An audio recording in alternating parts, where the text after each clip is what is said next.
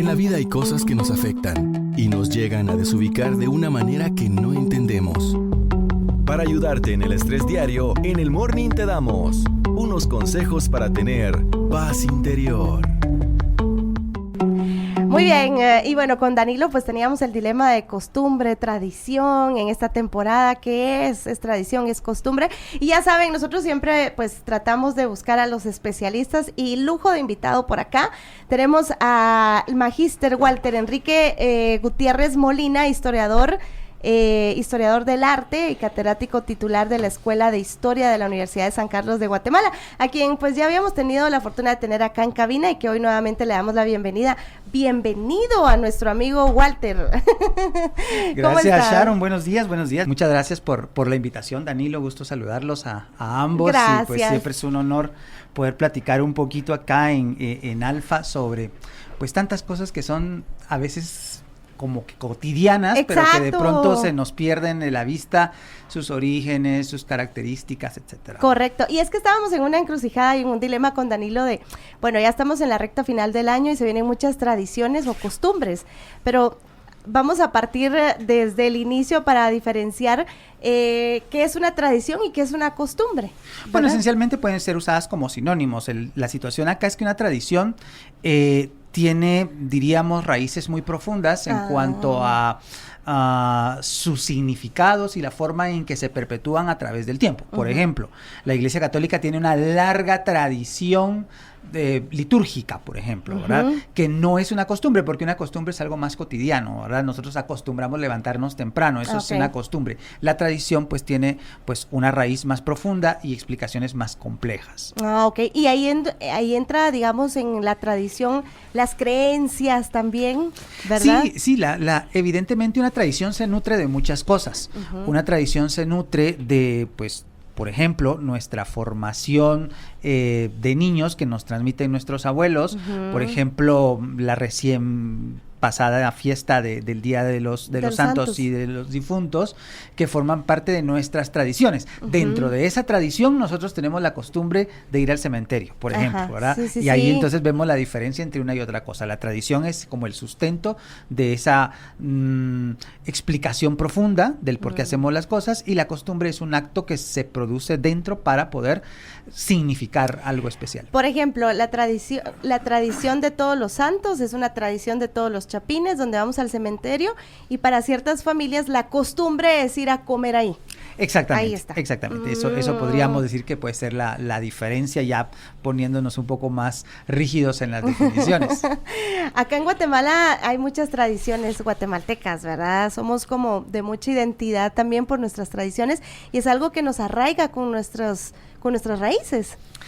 Sí, definitivamente nosotros tendremos que tener como mucho ojo para poderlas ir analizando, ¿no? En el caso de lo que acabamos de pasar, nosotros compartimos muchísimo con México. Nosotros tenemos una profunda afiliación con nuestro vecino del norte porque somos la misma región cultural, que eso es interesante, ¿verdad? Aunque hoy seamos dos países diferentes, originalmente las culturas madre de toda esta región son pues prácticamente, no vamos a decir iguales, sino que tienen las mismas explicaciones de muchas cosas que son muy semejantes. Y una de esas es la trascendencia, ¿verdad? De hecho, la trascendencia es un tema que se maneja en cualquier cultura del mundo. Todos a través del tiempo tenemos una idea de trascender, pero en el mundo mesoamericano eso es muy interesante, muy importante, ¿verdad? Nuestra vinculación con los ancestros.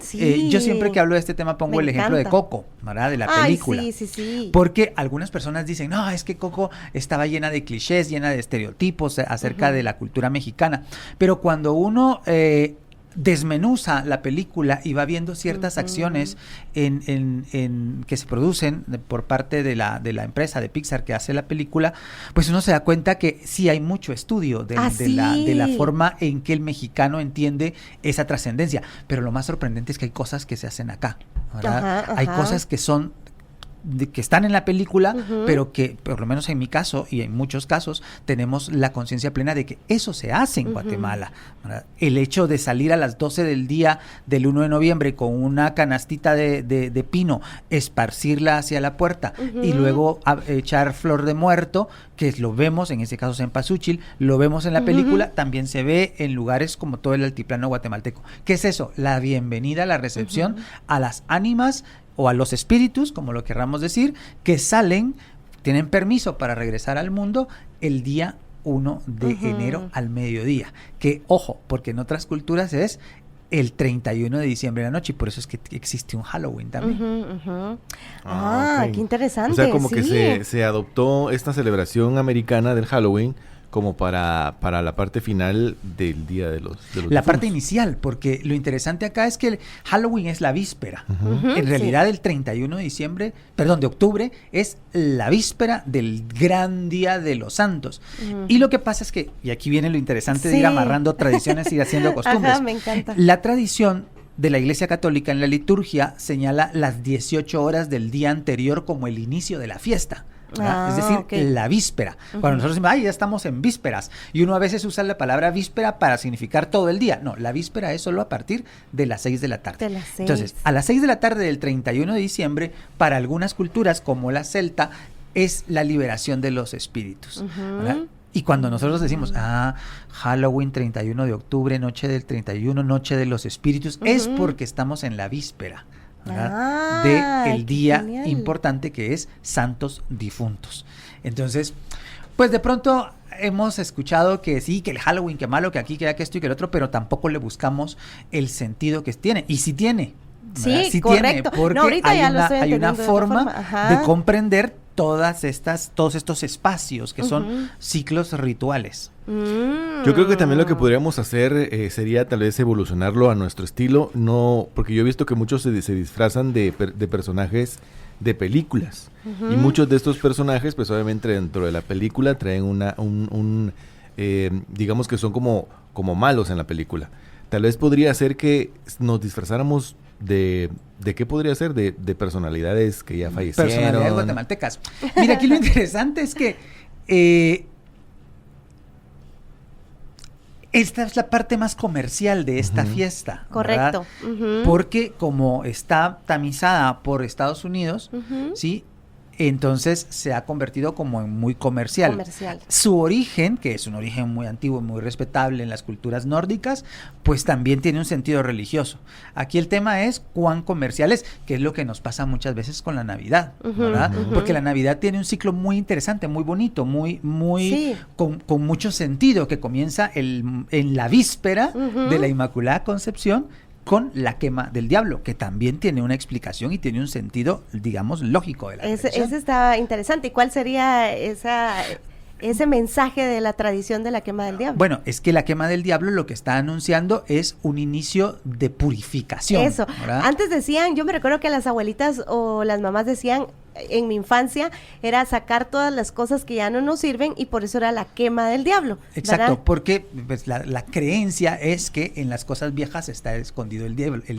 Okay. Entonces, se quema para purificar, porque el fuego es purificador. Sí. Y fíjense que eso es bien interesante, porque hay dos elementos que purifican, el fuego y el agua. El agua, transmuta. Entonces, el fuego, en este caso, lo que está haciendo es purificando el ambiente. ¿Purificando el ambiente para qué?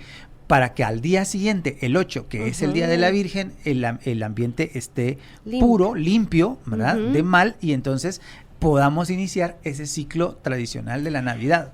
Me encanta, porque yo creo que ahí es donde se le tiene que ir dando el significado a los niños de por qué se hacen ese tipo de tradiciones, ¿verdad? Como profundizar un poquito más a detalle. Aunque ahora no sé qué tanto celebran la quema del diablo. Pues cada vez es menos, ¿verdad? Sí, cada vez es menos. Venimos de un momento que fue muy complicado para la quema del diablo, porque teníamos la presión de los ecologistas, por un lado, y pues por otro, el desconocimiento de la tradición. Entonces, si somos ecologistas y desconocemos la tradición, definitivamente se va a perder, ¿verdad? Pero el tema acá es entender que se pueden realizar las tradiciones pues con cierta moderación. Exacto. Y esto sucedió por lo menos desde los 90s, cuando empiezan a aparecer las piñatas del diablo. Iba a decir, y las piñatas del diablo sustituyen muy bien esa gran cantidad de quemas de cosas que se hacían. Porque, bueno, yo recuerdo cuando era niño se hacían competencias de a ver quién juntaba más cosas para quemar. Las y llantas. el problema es eso, ¿verdad? Que se queman cosas que no se deben quemar, ¿verdad? Esto, colchones, llantas, basura, plástico, y entonces sí era una cuestión extremadamente contaminante. Pero hoy ya no, hoy es papel de China lo que se está quemando. Y la ventaja de las piñatas es que se queman casi que de inmediato. En 5 minutos usted ya no tiene nada. No tiene nada. Ajá. Y entonces eso de alguna manera ha salvado, pero sí es una tradición que ha venido en disminución, ¿verdad? Una tradición. Sí, porque yo me recuerdo también que para mi infancia ese día era una fiesta porque todos salían a quemar y quemaban cohetes, y yo recuerdo mucho esas salidas de las quemas del diablo, porque era pues para uno de niño era prácticamente una fiesta. Claro. Y sí me recuerdo, yo tengo muchos buenos recuerdos de esa exacto, fiesta. Y es una de las fiestas como que perduran más en la memoria, ¿verdad? Es que la asociación con el fuego es una asociación rara, ¿verdad? Porque es muy impresionante. Y tiene que ver la hora también, porque tenemos que esperar a las 6, por lo de las vísperas. Sí, las vísperas, exactamente, porque tiene que estar justamente en el horario de la víspera, o sea, a partir de las 18 horas del 7 ya es 8. Entonces, correcto. Eso tiene sentido, ¿verdad? Así es como funcionan estas cosas. Pero este tema de hacer hogueras no era exclusivo del 8 de diciembre. Se hacían en la víspera de San Juan, es decir, el 23 de junio, y se hacían también en la víspera de Navidad, el 24 de diciembre a las 6 de la tarde. Porque el tema de iluminar con fogarones es un tema asociado con las purificaciones de los días grandes. Ay, qué interesante. Pero para esas fechas ya no se hacen, ¿verdad? Ahora ya no, pero por ejemplo, yo recuerdo todavía en los años 80, lugares como Llano Largo, aquí en la salida del Atlántico, sí te hacían todavía las fogatas el 24 a las 6 de la tarde. Y ahora los cohetes que se queman para esas fechas, eso es solo particularmente de Guatemala, ¿verdad? ¿O pues, Centroamérica? No, sí hay en Centroamérica. Sí hay en Centroamérica. Hay lugares donde está pues mucho más regulado, ¿verdad? El tema es justamente el ruido, ¿verdad? Porque el ruido es un ahuyentador de espíritus. No sé si han escuchado, por ejemplo, el toque de campanitas, ¿verdad? Sí. En las iglesias, que se suenan en determinado momento, en determinados actos. Lo mismo sucede con la pólvora, ¿verdad? Con los cohetes. Aunque en este sentido, nosotros aquí lo que tenemos es una incorporación de un elemento que no es europeo, sino que en este caso es oriental, ¿verdad? Que es la pólvora china. Es como el barrilete, ¿verdad? Sí. Que el barrilete nos causa pues una inquietud muy grande porque nosotros lo asociamos inmediatamente con nuestro Día de Difuntos, ¿sí?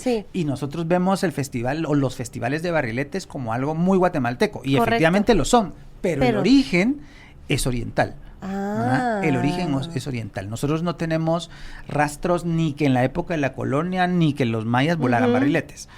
Eso es hasta que las colonias chinas se hacen fuertes en América Hispana y se hacen fuertes en Guatemala. Claro, porque ellos celebran y ven la muerte de otra forma. Entonces ahí es más o menos porque se ha explicado a los niños que los barriletes, y qué mejor que tú que nos expliques acá, que también es una forma de comunicar con las personas quienes ya trascendieron, ¿verdad? Porque estamos volando el barrilete hacia el cielo. Claro, eso es, digamos, la forma de entenderlo en este sentido oriental. Ahora, no es tan lejano a cuestiones puramente, diríamos, ancestrales mayas, porque cuando nosotros en arqueología vemos las expresiones artísticas del mundo maya, nos damos cuenta que los ancestros normalmente están flotando.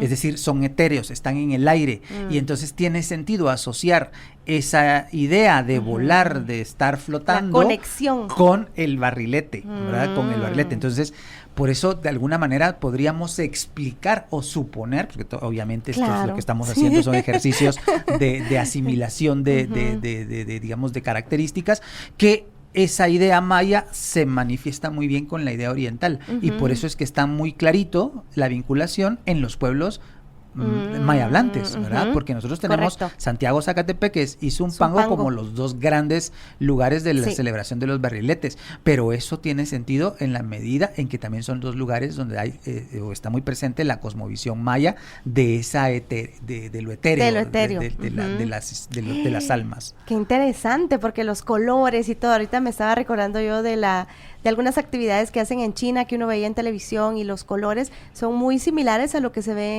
en Zumpango y en Volando Barrilete. Entonces, ahora, por ahí viene la asociación y dice uno, pues sí, viene por ahí. Mi pregunta es, ¿por qué tan grandes los barriletes? Bueno, esto fue una modificación que hicieron, ¿verdad? Conforme pasó el tiempo. La tradición de los barriletes en estos dos lugares tiene entre 125 años, más o menos por ahí vamos en el tiempo. No es algo tan antiguo, pero sí, obviamente más de 100 años. Conforme fue pasando el tiempo, el barrilete fue adoptando formas que le permitieran a la comunidad expresarse de una manera más compleja. Entonces, de figuras geométricas hoy tenemos grandes discursos. Entonces, el tamaño del barrilete lo que hace es permitirle a la gente expresar más cosas. Claro. Sí, porque son de 16 metros. Ajá. Y así como que el más pequeño creo que es de 6. Yo nunca he ido ahí, lamentablemente, pero sí me gustaría ver realmente la inmensidad de esos barriletes. Bueno, sí, son impresionantes, la verdad son impresionantes, y los dos pueblos tienen características muy diferentes. A veces creo que tenemos más conocimiento sobre Zumpango que sobre Santiago, ¿verdad? Pero los dos tienen características interesantes, ¿verdad? Sí. El de Santiago me parece que es más comunitario en la medida en que es en el cementerio, o sea, todavía es un poquito más ritual que el de Zumpango, que es en los campos. Ok, sí, pues por eso llegan más extranjeros. Exacto. Y los colores, las tradiciones de Guatemala siempre están llenas de color, el significado que tiene, y a pesar de tantos cambios que hemos tenido a nivel general, ¿por qué consideras tú que las tradiciones de Guatemala siguen siendo tan populares también? Bueno, yo creo que hay algunas, y en este caso, por ejemplo, el fiambre, o el tema de la visita a los cementerios, manifiestan permanentemente la capacidad para atraer a los jóvenes y a los niños, para ser más claros, que a los jóvenes, porque evidentemente cuando un niño aprende desde pequeño y le atraen los colores, los aromas, las formas, se le van a grabar y es muy difícil que las pierda. De hecho, nosotros lo podemos ver con nuestros migrantes, ¿verdad? Sí. ¿Por qué se reproducen en Nueva York, en Los Ángeles, en Houston, las tradiciones guatemaltecas? Ahí están ellos tratando de hacer tamales, están tratando de hacer fiambre. ¿Por qué? Porque de niños tuvieron una buena recepción a las tradiciones. Y esto es bien interesante, porque ya estamos en otra generación completamente diferente, ¿verdad? Ya no es la generación que fue criada en los 50s y 60s, sino que la generación que está siendo creada en los 80s y 90s, que recibieron, que absorbieron todas estas manifestaciones, y por eso es que las pueden perpetuar. Correcto, qué interesante. Por eso es importante, acá en el Morning siempre tratamos de rescatar esa parte, de trabajar mucho de la mano de los niños, porque son el futuro, ¿verdad? O sea, van a estar al mando de muchas situaciones, y obviamente lo que tú dices sí tiene toda la razón de por qué hoy por hoy se están todavía validando esas tradiciones, porque fue el niño que compartió, que disfrutó y que quiere rescatar colores, sabores, aromas y todo lo que conlleva, ¿verdad? Exacto, y la responsabilidad es de los papás jóvenes. Correcto. ¿Sí? Los papás jóvenes, papás que están o que en este momento tienen aproximadamente 30 años, son los responsables de que la tradición pues se mantenga y pueda pasar las siguientes 2 generaciones, que es bien complicado, porque como tenemos esta avalancha de cuestiones comerciales, pues hay que explicar de una manera poquito más técnica, además que los niños son más curiosos ahora, ¿verdad? Estas tradiciones. ¿Por qué de estas tradiciones? ¿Por qué comemos fiambre? ¿Por qué llevamos flores al cementerio? ¿Por qué volamos barriletes? ¿Por qué quemamos al diablo? ¿Por qué hacemos arboleda? Etcétera, ¿verdad? ¿Cuáles podríamos decir que son las tradiciones más arraigadas o que las que más trascienden en Guatemala? Bueno, Guatemala tiene 3 focos importantes de tradiciones, ¿verdad? Que son las claves. El ciclo de Semana Santa, que es muy grande, el ciclo de Navidad, que es muy grande, y el ciclo de Día de Muertos. Son las 3 cosas que son pues globales, más grandes, más densas, más pesadas, que tienen muy grandes explicaciones, que eso es un poco complicado, porque como son tan grandes, tienen muchas connotaciones por muchas partes. Por ejemplo, ahorita comenzamos incluso jalando hasta el Halloween, en el Día de Difuntos. Ahora, el Día de Difuntos es interesantísimo porque es el más cortito, pero es muy, muy denso. En el Día de Difuntos, o sea, empieza el Halloween, luego están las flores, las las coronas, los barriletes, el fiambre, el ayote, los jocotes, el atol de elote, etcétera. Entonces, en 2 días pasa todo, ¿sí?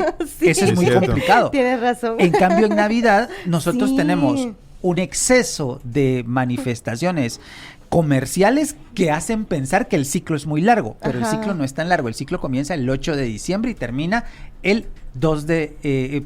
podría terminar perfectamente el 6 de enero. 6 de enero, el Día de Reyes. Día de Reyes. Antes se iba hasta el 2 de febrero. Ahora la gente ya no mucho lo hace, excepto porque ahora tenemos, y esto es interesante... La rosca. Rosca, exactamente. Pero la rosca de Reyes. La rosca no es la una rosca celebración es mexicana, ¿verdad? Pero la rosca de Reyes lo que está haciendo es reviviendo algo que sí existía en Guatemala, que es la fiesta de la Candelaria. Sí, pues el 2 de febrero. El 2 de febrero. Y entonces, ¿qué pasa con la rosca de Reyes? Le sale a usted el niño y entonces quiere que el 2 de febrero haya tamales, ¿verdad?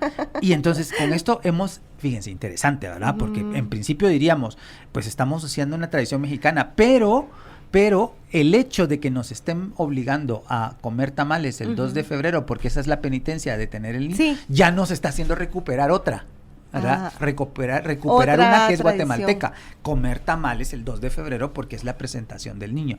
Entonces, vean ustedes que las tradiciones juegan para muchas partes, ¿verdad? Y luego el de Semana Santa, que es un ciclo muy interesante porque pues comienza con el miércoles de ceniza, ¿sí? Y de pronto se extiende se debería extender hasta el domingo de Pascua, por supuesto, pero normalmente se termina el Viernes Santo. Pero es muy largo, y es intenso también. Ese es muy intenso y ese entraña la relación de la gente en las calles. Entonces son bien diferentes los tres, ¿verdad? Pero diría yo que estas son los claves. ¡Qué interesante! Me parece, de verdad. Aquí miren, estamos aprendiendo muchísimo. Nuestro invitado de lujo es Walter Gutiérrez, historiador del arte y catedrático titular de la Escuela de Historia de la Universidad de San Carlos de Guatemala. Así que, Walter, de verdad, qué delicia platicar también de nuestra cultura, de nuestras raíces y de nuestras tradiciones. Y como ahorita comenzamos como la época, decimos acá con Danilo, en este ciclo de actividades, de tradiciones, y es importante, y lo hablábamos fuera de micrófono, inculcarle mucho a los niños, ¿verdad? La explicación de por qué se está elaborando y si ha habido una confusión en cuanto a la tradición, regresarlo a nuestras raíces, porque hablábamos, por ejemplo, el pan de muerto, ¿verdad? Sí, efectivamente, como estamos en un mundo tan globalizado, ¿sí? Y no solamente porque tenemos acceso al internet significa que eso sea la globalización, sino por la forma en que recibimos otro tipo de productos, de influencias, el pan de muerto justamente, ¿verdad? Que ahora se ha vuelto tan común, pero que no forma parte de nuestra dieta del 1 de noviembre, entonces hay que tener, digamos, cierta claridad, y no es que estemos diciendo que no se consuma, al contrario, pues es muy rico, ¿no? Porque es un pan muy suave, pero sí tener claridad de dónde viene cada cosa que estamos haciendo y qué entraña cada cosa. Nosotros en 1 de noviembre somos de ayote, ¿verdad? Dulces de ayote, dulce de jocotes o molletes y torrejas, que el mollete y la torreja es más de en Semana Santa, pero se extiende muy bien para el 1 de noviembre. Y luego está el círculo de cosas que son propias de las festividades que no son nuestras, ¿verdad? Los dulces de calaveritas, que son muy mexicanos, o el pan de muerto, que también es mexicano. Pero podremos pensar en las calabazas, las anaranjadas, ¿verdad? Que son tan comunes porque son la imagen del Halloween. Correcto. Y esas tienen otra connotación diferente. ¿Sí? ¿Qué tipo de connotación? Bueno, eso lo que pasa es que está atado directamente al uso de máscaras y al uso de los ritos propios del 31 de octubre, que, pues como decía hace un momento, es la víspera del Día de Todos los Santos, convertido en el Halloween. Pero voy a poner un ejemplo interesante de cómo se pueden amalgamar las cosas.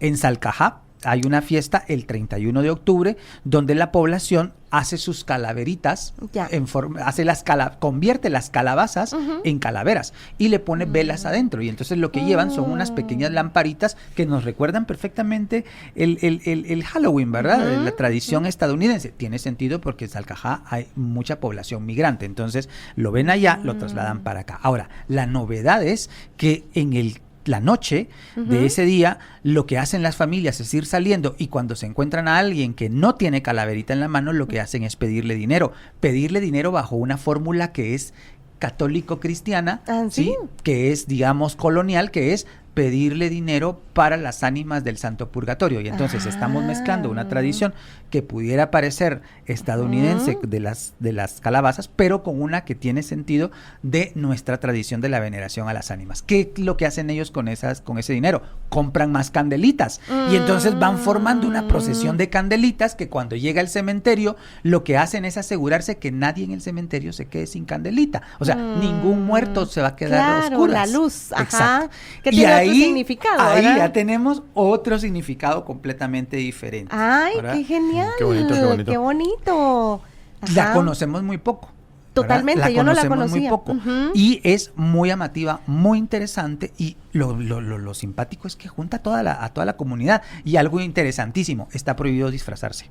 Ah, ¿en serio? Sí. Ah, Entonces, no nadie. disfraces de espantos ni de nada. Ajá. ¿Verdad? Entonces, tenemos una parte que se parece a una, otra parte que se Pero parece a no. otra, pero con ciertas limitantes. Y entonces dice uno, bueno, aquí lo que hicieron, y no es nuevo, lo hicieron hace ya bastantes décadas, es transformar algo que Correcto. ya tenían y mezclarlo y tenerlo pues presente de otra forma. Que es algo que se ha venido haciendo también durante muchos años. Ujú. Así es. Con sí, las sí, sí. culturas y todo. Como por ejemplo, el arbolito de Navidad no es tampoco...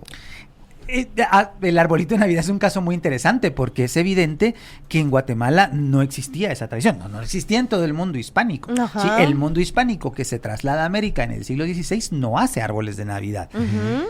Sin embargo, y eso pues cada vez que viene la época nos toca que platicarlo como historiadores, pues sí tenemos unas fotos de finales del siglo XIX, fíjense, más o Ajá. menos en 1890, donde hay una venta de arbolitos en el atrio de la Catedral de la Ciudad Ah, de ¿en Guatemala. serio? Bueno, entonces, 1890. más o menos entre esa, entre Mm. 1800, la foto está fechada entre 1890 y 1910 más o Ah, menos, ok. en ese rango de 20 años, y ahí están las vendedoras de arbolitos de Navidad, son pinos Sí, pues, y ajá. cipreses, ramas, ¿verdad? Ya. Que estaban Ujú. puestos en el atrio de la Catedral Metropolitana. Quiere decir que para ese momento ya se había popularizado, porque si usted tiene una venta, ¿verdad? Una Sí. fotografía con todo eso, quiere decir que la gente ya estaba comprando.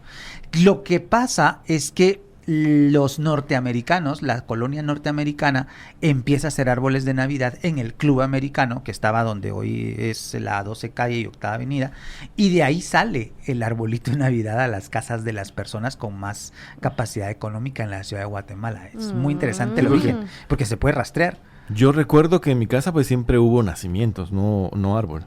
Ahora ya hay árbol. pues, Claro, pero antes, porque el ¿no? nacimiento, ese sí, ¿verdad? El nacimiento lo tenemos muy bien documentado ya a principios del siglo XVII. En 1620 hay un fraile dominico que se llama Thomas Gage, que es irlandés, que vive en Guatemala, y él describe ya los nacimientos. ¿verdad? genial. Dice, allá ya en la iglesia hacían tal y tal y tal y tal cosa, y ponían tal y tal y tal cosa, y ya es un nacimiento bastante guatemalteco. Eso justamente me entraba la duda. ¿Será que solo en Guatemala o en Centroamérica también hacen ese tipo de nacimientos? Porque hemos visto personas que se dedican y que eligen un cuarto, ¿verdad? Para hacer un nacimiento, o sea, como pareciera que es concurso de nacimientos. Sí, esta es una tradición muy extendida en todo el mundo, digamos, católico, ¿verdad? Que se hace a partir de la tradición de San Francisco de Asís, que casualmente este año está cumpliendo 800 años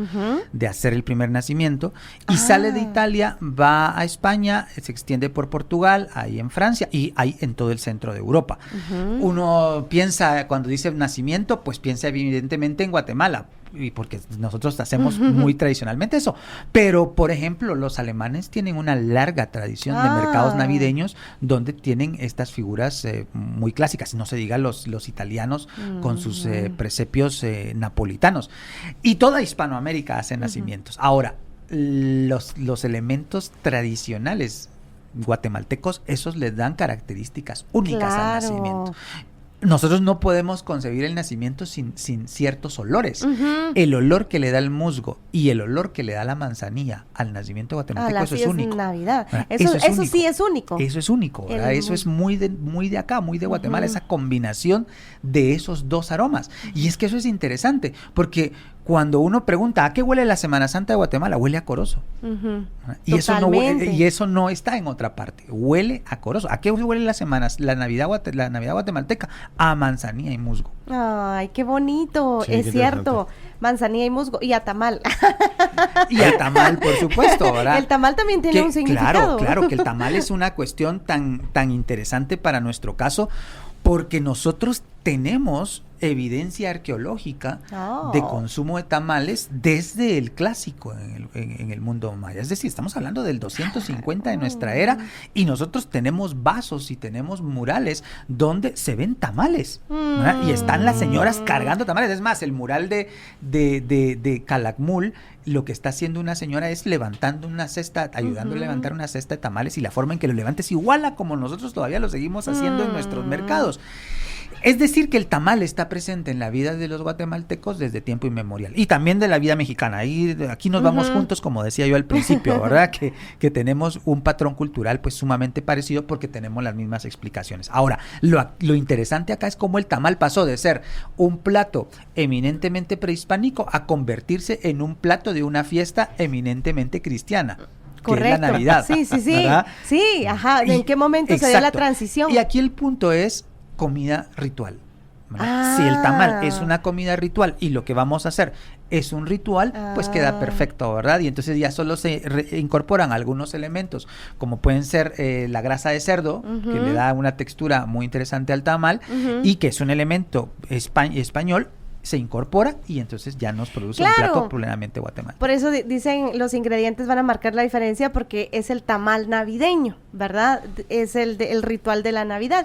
Y entonces ahí podemos entender por qué nuestros migrantes, digamos, o todas las personas que viven fuera de nuestro país, tratan de rescatar eso, porque en Estados Unidos que están haciendo tamales, que están haciendo ese tipo de actos para arraigarse entonces nuevamente a su raíz, a su país. Y eso tiene un sentido también, porque si está usted en Estados Unidos, pues evidentemente ahí hay pavo, ¿no? Sí, que también es muy mesoamericano y también es bastante americano, es cierto, ¿verdad? Se consume, pero si hay pavo, hay lechones rellenos, hay qué sé yo, o cualquier otra comida que tenga que ver con el desarrollo de las tradiciones estadounidenses, ¿por qué nuestros migrantes se van a esforzar en hacer tamales? Que eso es lo interesante. Yo recuerdo cuando la migración en los años 80 se agudizó, los migrantes hacían unos esfuerzos tremendos para hacer tamales en papel aluminio, porque no había hojas, en Estados Unidos hojas. Ahora ya hay, porque ahora hay una importación grande, sabiendo que hay un buen mercado, pues se van los productos, ¿no?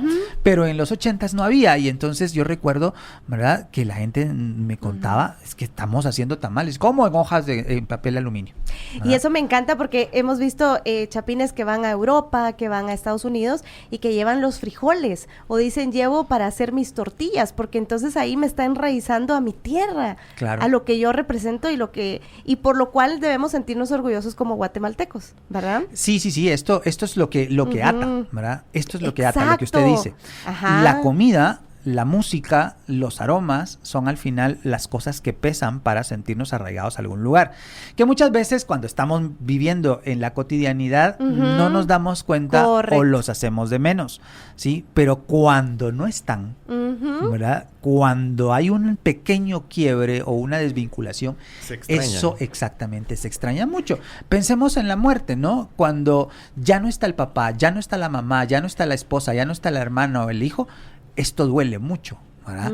Mi mamá me llevaba al cementerio. Mi papá iba a comprar las flores para tal cosa. Me enseñó a hacer un barrilete, me enseñó a volar un barrilete. Mi papá quemaba al diablo. O sea, esas cosas, cuando no está la persona, crean un vínculo porque ya existe en nosotros. Correcto. ¿Verdad? Y eso impresiona. Eso impresiona mucho y a los niños les hace pues conservar las tradiciones. Por eso le decía que la responsabilidad de los papás que hoy tienen 30 años, que son papás jóvenes, es muy grande porque son ellos los que tienen que prolongar. Claro, mantener vivas estas tradiciones. La verdad es que se nos pasa el tiempo rapidísimo, ni se siente el tiempo porque estamos aprendiendo acá con Walter, pero hablábamos también del baile de los fieros. ¿Qué significado tiene el baile de los fieros? Bueno, el baile de los fieros es un baile que tiene su origen en la época de la colonia. Esto es muy interesante porque no lo habíamos mencionado, ¿verdad? No. Porque cuando decíamos que el 1 de noviembre no se da abasto, también incluye el baile de los fieros. Ahora, lo que pasa con el baile de los fieros es que no necesariamente es exclusivo de este día. En el caso villanovano, sí. Y ok. es un baile muy antiguo, tiene más de 240 años y surgió como una burla de los campesinos a los terratenientes del valle de Villanueva, ¿verdad? Y esto es muy interesante porque uno pensaría, no, pero es que en la época de la colonia seguramente todo era muy formal. serio. No, y la gente se divertía y la gente criticaba y la gente también se Igual que ponía ahora. igual que ahora. Es que eso también no lo podemos perder de vista. Creemos que eso es así como muy lejano, pero no. Entonces, el baile de los fieros surge justamente como eso, ¿verdad? Como una manifestación burlesca de un grupo de personas contra otro grupo de personas.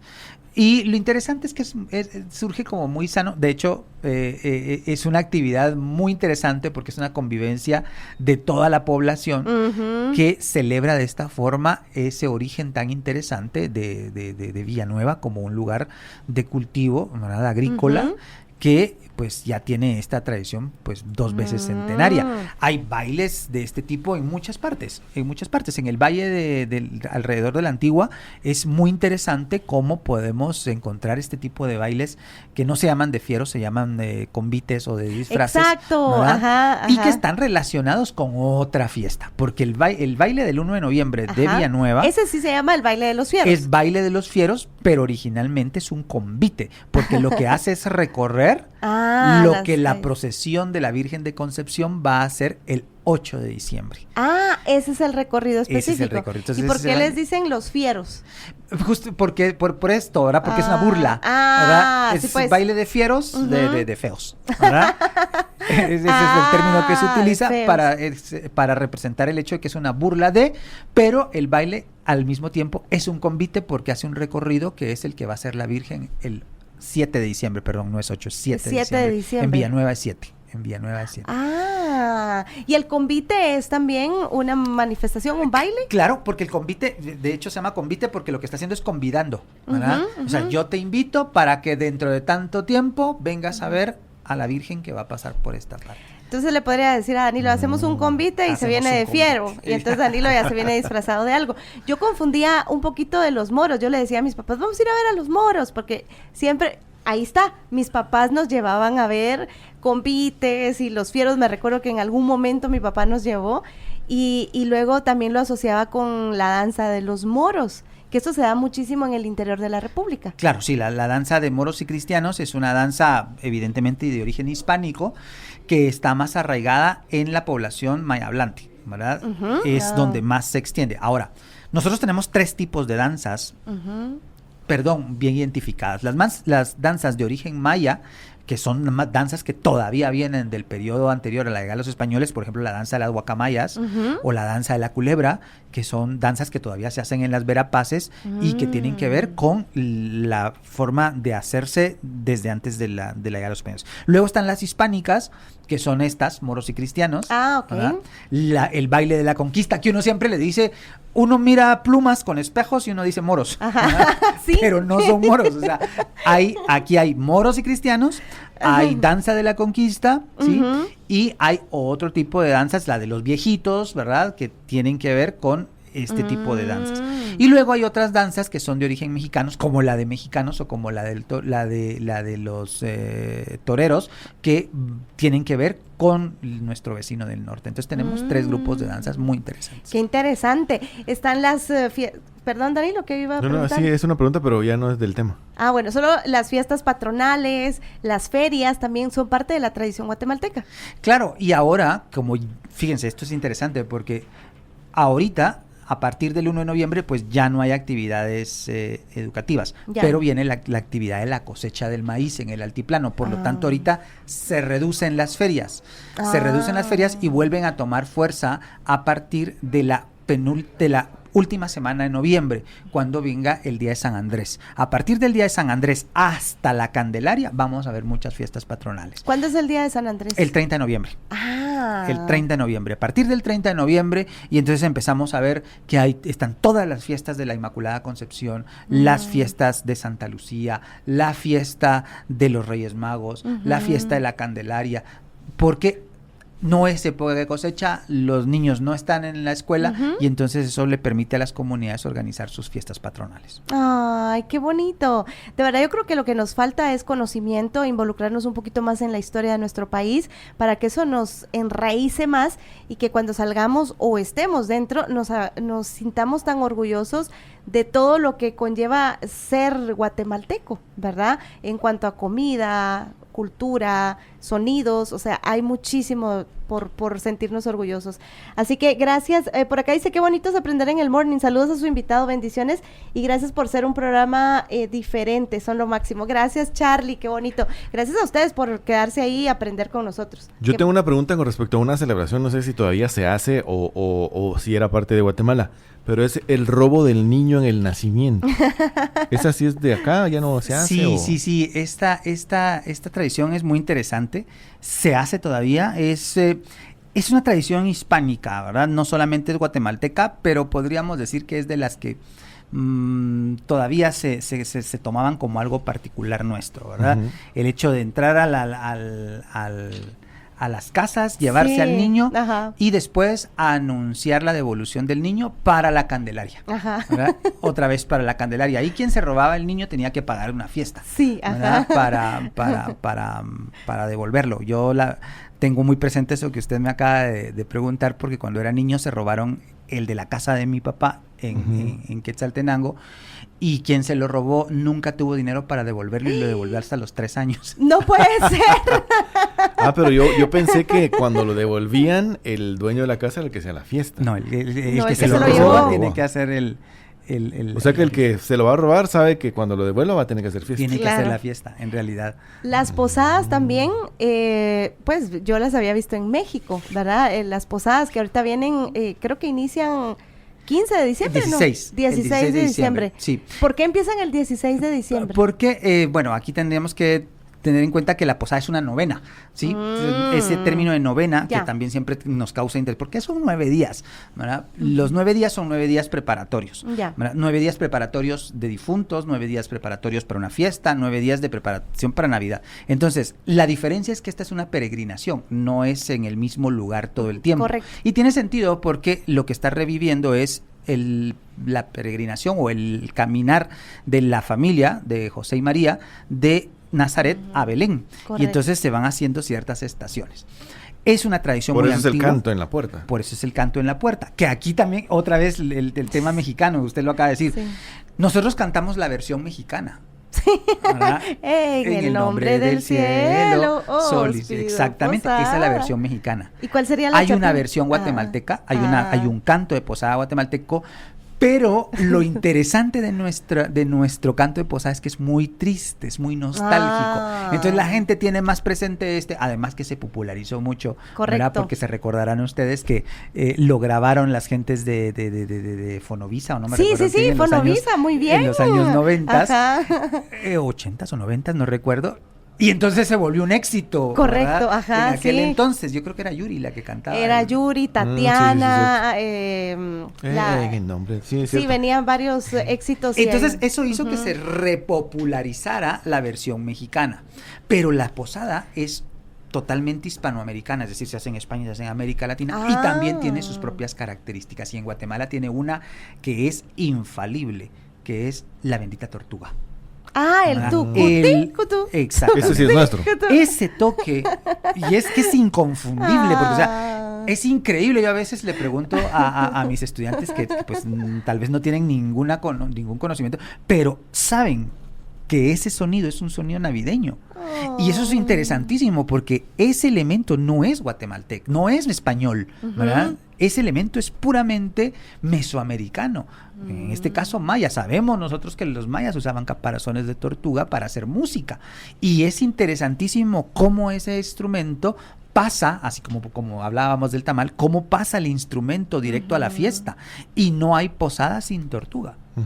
O sea, de la posada tiene que llevar una tortuga. O sea que es el distintivo, digamos, porque en México vamos a escuchar posadas y cantos. Y con sonajas.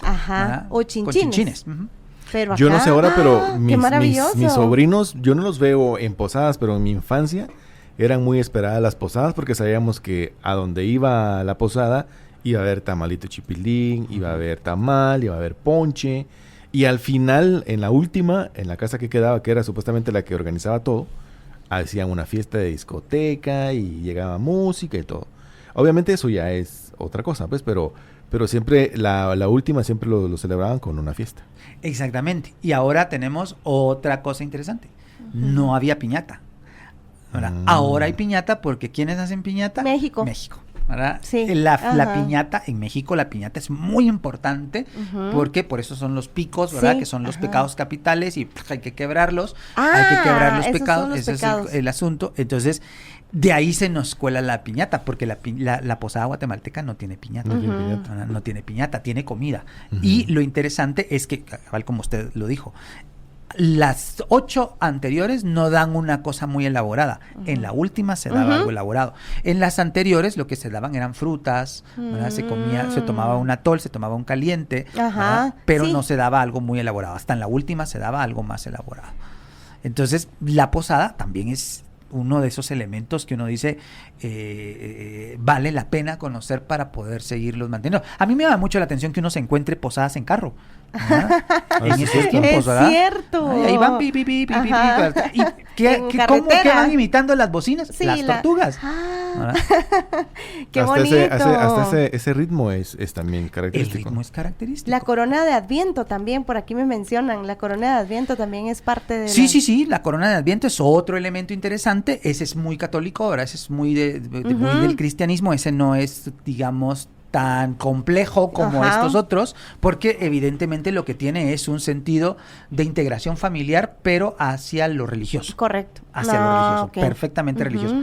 La posada, bueno, todo el mundo puede decir, no, pues la posada, el nacimiento son religiosos, sí, pero el asunto con ellos es que como son culturales, se mezclan mucho y se tejen muy fuerte los lazos con otras cosas, ¿verdad? Como acabo de decir, que la manzanilla o el musgo forman parte de nuestro universo natural, incluso anterior, obviamente, a la llegada de los españoles. En cambio, no, en la corona de Adviento lo que tenemos es un rito, pues, plenamente religioso. ¡Qué buenísimo! Interesante Por conocer acá. un poquito cómo son las celebraciones para no perderlas, ¿verdad? Totalmente. Para saber bien cómo son y... Por acá dice saludos al invitado. Qué lujo de información, lujo de invitado, dice por pues acá muchas Johanna. gracias. Saluditos, Gracias, Johanna. Un abrazote y por supuesto aquí seguimos aprendiendo. Nosotros aprendemos muchísimo cuando viene Walter acá, así que Walter, ¿cuál sería tu mensaje final respecto a las tradiciones y costumbres para todas las familias guatemaltecas? Bueno, que luchemos por no perderlas, ¿no? Que tengamos siempre el espíritu de curiosidad. Si no sabemos, ahí preguntémosle a alguien que creamos nosotros que nos puede orientar para poderlas celebrar y para poderlas perpetuar, porque son nuestros grandes elementos diferenciadores. O sea, estamos en un mundo globalizado, es cierto, compramos y obviamente nos gusta y estamos ahí, pero tenemos que entender que las cosas que nos hacen diferentes son las cosas que nos hacen especiales. Ajá. Y las tradiciones y nuestra cultura nos hacen especiales, ¿verdad? Compartimos mucho con nuestros hermanos mexicanos, como hemos estado platicando acá, ¿verdad? Es un montón, pero también no podemos perder de vista a nuestros hermanos salvadoreños, hondureños, etcétera. Pero hay cosas que nos hacen únicos, y esas las tenemos que batallar y luchar porque se mantengan en la sociedad. Cuando se coma su tortillita así con frijoles y todo, hoy de verdad siéntalo y disfrútalo, porque hay un chapín en Estados Unidos o en Europa que quizá no ha logrado conseguir esos frijoles porque allá son más caros, porque no llegan, no llegan, pero aquí los disfrutamos y por supuesto es algo que nos hace recordar de dónde venimos, ¿verdad? Así es. Walter, yo le tengo una pregunta personal a Walter. Me imagino que en la reunión de amigos, familia, ¿existe en algún momento alguna plática de algo que diga, a ver, Walter, por favor, dinos qué pasó? con tanta información. Sí. Ay, siempre preguntas que obviamente no se agotan, ¿verdad? Tampoco es que nosotros no sepamos cualquier cosa del tema, pero sí siempre hay alguna cosita, ¿verdad? Siempre hay alguna cosita. Ay, mira, y esto como ¿por qué está, verdad? O ¿por qué te hacemos tal cosa, verdad? Y pues en realidad tenemos buenas documentaciones de nuestras tradiciones, grandes maestros, ¿verdad? Yo creo que todos han oído hablar de Celso Lara Figueroa, el gran maestro antropólogo que nos escribió muchísimo, y gracias a él nosotros tenemos sistematizadas estas cosas, entonces pues podemos platicar de los temas, ¿verdad? Bueno, vamos a dejar entonces abierta la puertecita para que siempre venga Walter a culturizarnos e informarnos con esta historia de Guatemala. Gracias, Walter, por la visita. Gracias Sharon, gracias Danilo por preocuparse también ustedes por este tema y todos estos temas, ¿verdad?, que hemos podido platicar, porque son muy importantes para los jóvenes. Qué buenísimo, así que jóvenes, atención, y bueno, tuvimos a nada más y nada menos que al magíster Walter Gutiérrez, historiador y catedrático titular de la Escuela de Historia de la Universidad de San Carlos de Guatemala. Recordemos que las tradiciones de nuestro país están llenas de color y alegría, y de nosotros depende también mantenerlas vivas, tal cual los dijo nuestro gran amigo acá en cabina. Besos, abrazos y apapachos, saluditos a todas las personas hermosas que estuvieron reportándose, y también a Ingrid Marisol Marroquín, que nos habían pedido este saludo, la están poniendo hermosa allá en Carol's Beauty Salón. Un abrazote para Ingrid Marisol Marroquín. Besos, abrazos y apapachos. El Morning.